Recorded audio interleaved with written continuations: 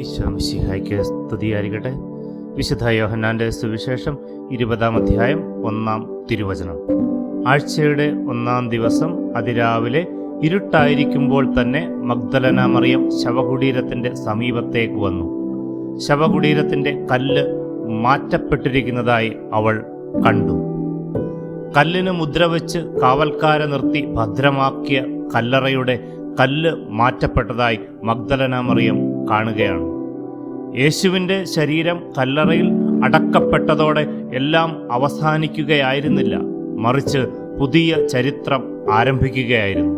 പാപത്തെയും മരണത്തെയും സാത്താനെയും പരാജയപ്പെടുത്തിക്കൊണ്ട് മാനവകുലത്തിന് അടഞ്ഞുകിടന്നിരുന്ന പർദീസായുടെ വാതിൽ തുറന്നു തരികയായിരുന്നു.